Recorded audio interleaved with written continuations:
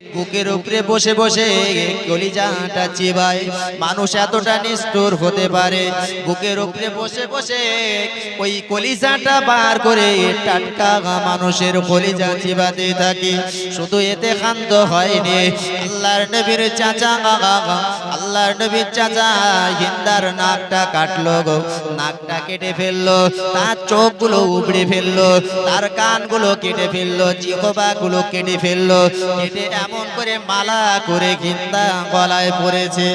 এখন করে কোন মানুষের, মৃত মানুষের শরীর থেকে এমন করে কেটে নেওয়ার ইতিহাস কোনোদিন হয়নি। এই সর্বপ্রথম ইসলামের ইতিহাসে যে মানুষটার মেরে গে এত প্রতিশোধ নিয়েছিলেন, এত কষ্ট দিয়েছিলেন, সেটার নাম হলো আমিরে হামজা।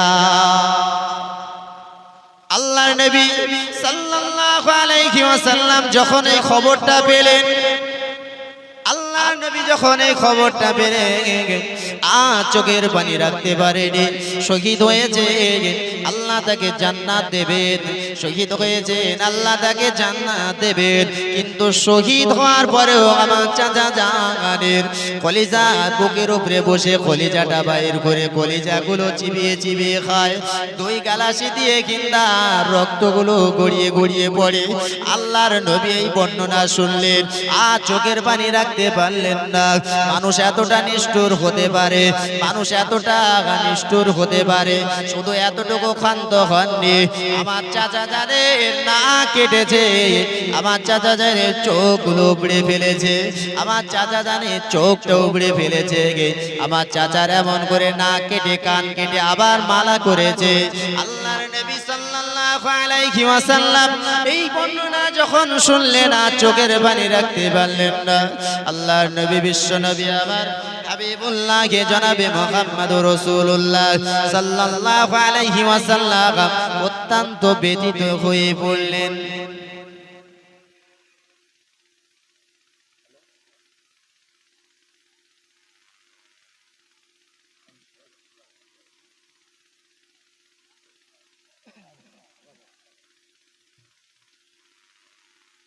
আল্লাহর নবী সাল্লাল্লাহু আলাইহি ওয়াসাল্লাম এই কথাটা শুনে তিনি এত ব্যথিত হলেন, এই রকম কষ্ট আল্লাহর নবী আজ জীবনে পাননি।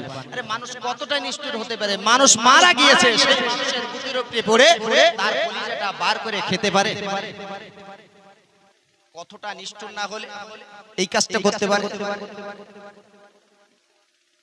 এই ঐশী যখন মক্কা বিজয় হলো, মক্কাকে যখন আল্লাহ রাসূল সাল্লাল্লাহু আলাইহি ওয়াসাল্লাম জয় করে নিলেন, ইসলামের যখন জয় হলো, বিজয় হলো, মক্কা মানুষরা যখন নবীকে মেরে তাড়িয়ে দিয়েছিল মদিনায়, তারপরে বিশ্ব নবী আবার মক্কায় ফিরে এসেছিলেন।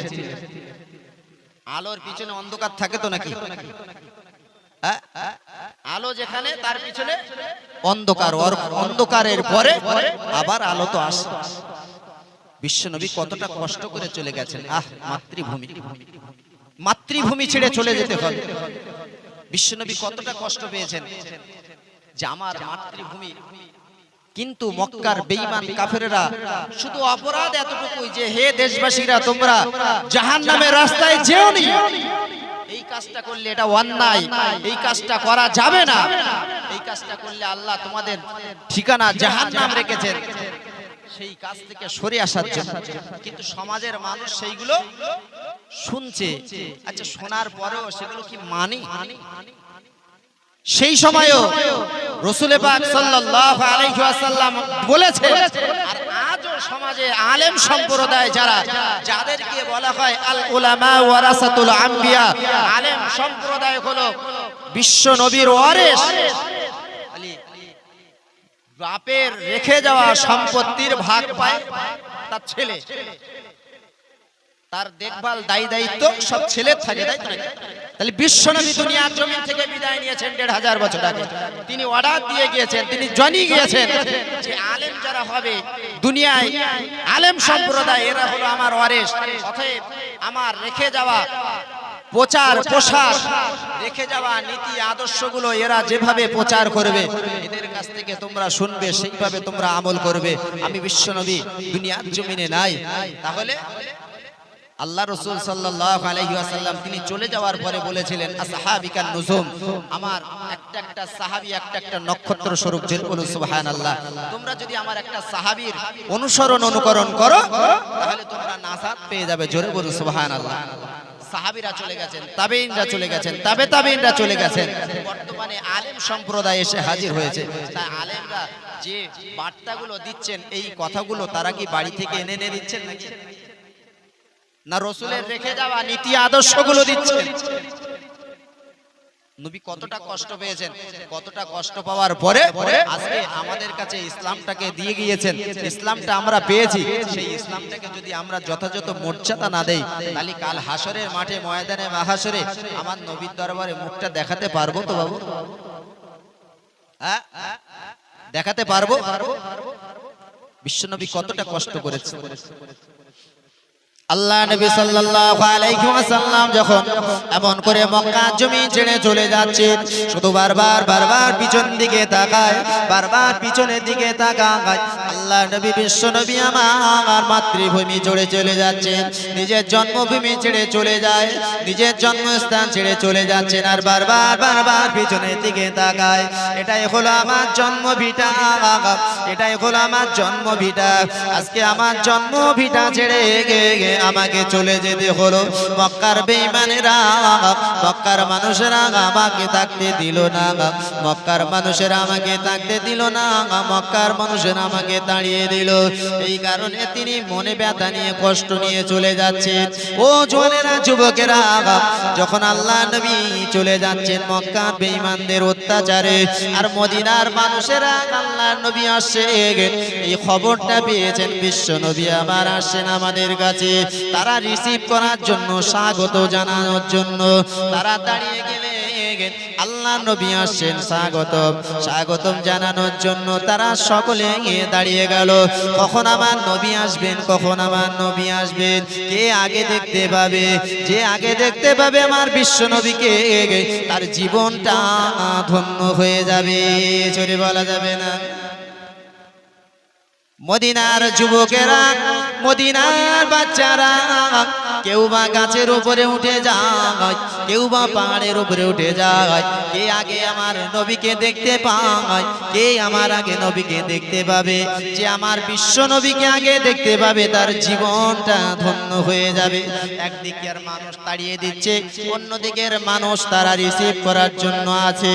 ও জওয়ানেরা, যুবকেরা, আল্লাহর নবী বিশ্ব নবী আমার যখন মদিনা চলে গেলেন, আল্লাহ নবীকে পেয়ে তারা অত্যন্ত আনন্দিত হয়ে গেল, তারা অত্যন্ত আনন্দিত হয়ে গেল।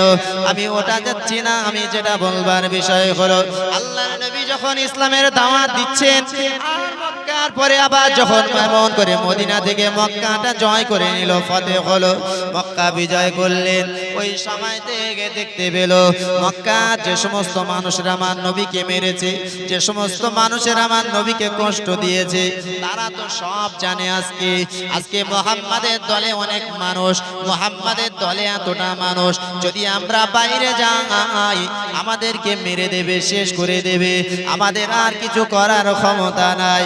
অতএব একটাই আমাদের উপায় হলো মুহাম্মাদের কাছে এই সারেন্ডার হওয়া। স্যালেন্ডার হওয়া ছাড়া আর তো কোনো উপায় খুঁজে পাচ্ছি না। মুহাম্মাদের কাছে একমাত্র স্যালেন্ডারই হতে হবে।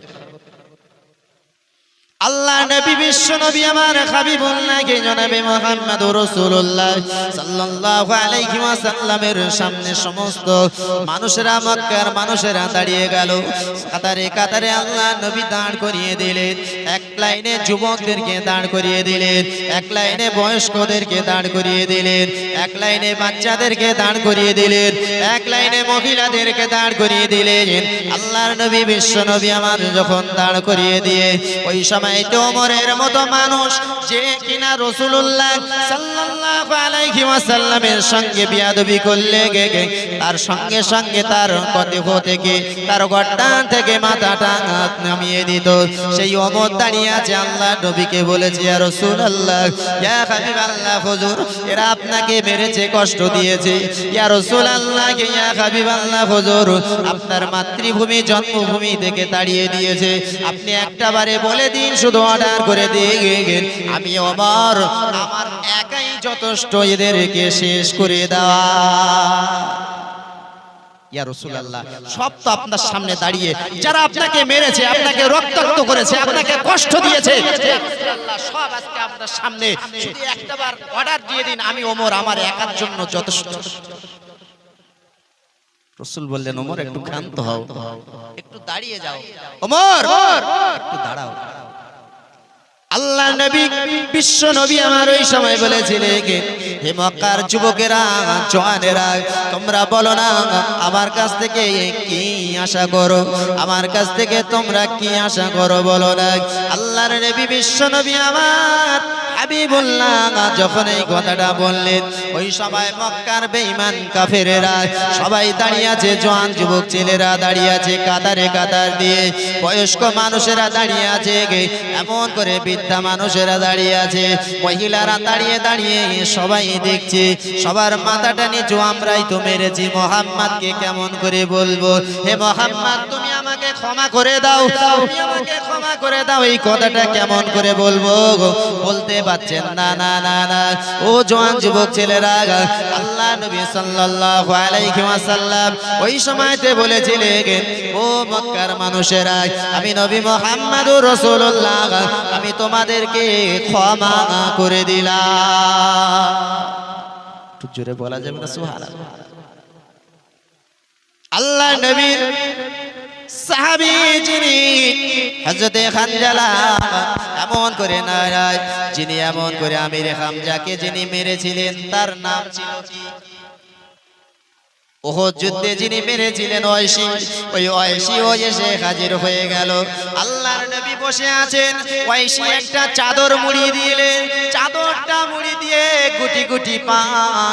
গুটি গুটি পায় অন্ধকারের ভিতরে আল্লাহর নবী বিশ্ব নবী আমার যেখানে উপস্থিত আছে ওই জায়গাতে গিয়ে হাজির হলেন ইয়া রাসূলুল্লাহ ইয়া হাবিবাল্লাহ হুজুর ইয়া রাসূলুল্লাহ ইয়া হাবিবাল্লাহ হুজুর ইয়া রাসূলুল্লাহ ইয়া হাবিবাল্লাহ হুজুর আমি আপনার হাতে ঈমানের কলেমাটা পড়তে চাই আপনি কি আমাকে ঈমানের কলেমাটা পড়িয়ে দেবেন আল্লাহর নবী দেখলেন কোন মানুষ তো চাদর মুড়ি দিয়ে আসে না যিনি চাদর মুড়ি দিয়ে এসেছেন নিশ্চয়ই মানুষটা বেশি অপরাধী হবে তাই লুকিয়ে আমার কাছে এসেছে এই মানুষটা নিশ্চয়ই অপরাধী বেশি নইলে রাতের অন্ধকারে চাদর মুড়ি দিয়ে লুকিয়ে কেন আমার কাছে আসে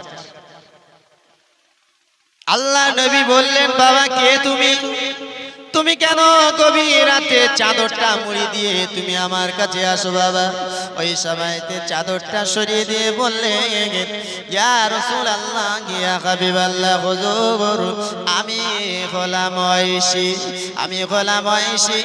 কোন ওয়াইসি যে আমার চাচা আমির হামজাকে মেরেছে আমার চাচা আমির হামজাকে এমন করে কষ্ট দিয়েছে আল্লাহর নবী দয়ার নবী আমার হাবিবুল্লাহ মক্কার পাশে দাঁড়িয়েছিলেন মক্কার কাবা শরীফের পাশে দাঁড়িয়েছিল আল্লাহর নবী হাতটা কাবা শরীফে দিয়ে আল্লাহর নবী কাবা শরীফের হাতটা দিয়ে ওই সময় ডুবরে কেঁদে ফেললেন চোখের পানিটা ফেললেন চোখের পানি ফেলে সহ্য করতে পারে না আল্লাহর নবী চাচার কথাটা মনে পড়ে গেল আমার চাচাকে কেমন নিষ্ঠুর ভাবে নির্মম ভাবে মেরেছে আমার চাচাকে কেমন ভাবে নিষ্ঠুর ভাবে নির্মম ভাবে মেরেছে কথাটা যেই মনে পড়লো ওই সময়তে ডেকে বললেন বাবা ও বাবা ঐশী আমি তোমাকে কলেমা পড়িয়ে দিতে পারি ঐশী বললেন ইয়া রাসূলুল্লাহ আমি যদি আপনার হাতে হাত দিয়ে ঈমানের কলেমাটা পড়ে নেই তাহলে আল্লাহ কি আমার জীবনের অপরাধগুলোকে মাফ করে দেবেন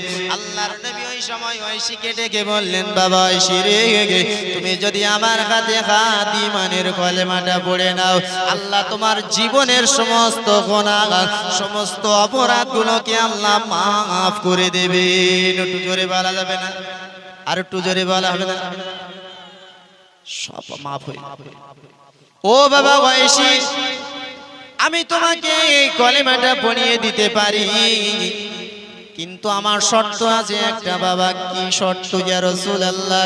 ও বাবা ওয়াইসি, তুমি আমার সামনে, আমি রাসূলুল্লাহ যতদিন জীবিত থাকবো কোনোদিন আমার সামনে এসে দাঁড়াবে না। আমার সামনে আমি যতদিন বেঁচে থাকবো, আমি রাসূল যতদিন বেঁচে থাকবো ততদিন তুমি আমার সামনে আসবে না। তুমি যখন আমার সামনে আসবে তখন আমার চাচা আমিরে হামজার ওই নির্মম দৃশ্য, আমার চাচা আমিরে হামজার যেভাবে নির্মম ভাবে মেরেছো স্মৃতিগুলো আমার সামনে মনে পড়বে। তখন তোমার প্রতি আমার দৃষ্টিটা কুধারণা চলে আসবে। বাবা কখনো আমি রাসূলুল্লাহ যতদিন বেঁচে থাকবো ততদিন তুমি আমার সামনে আসবে না।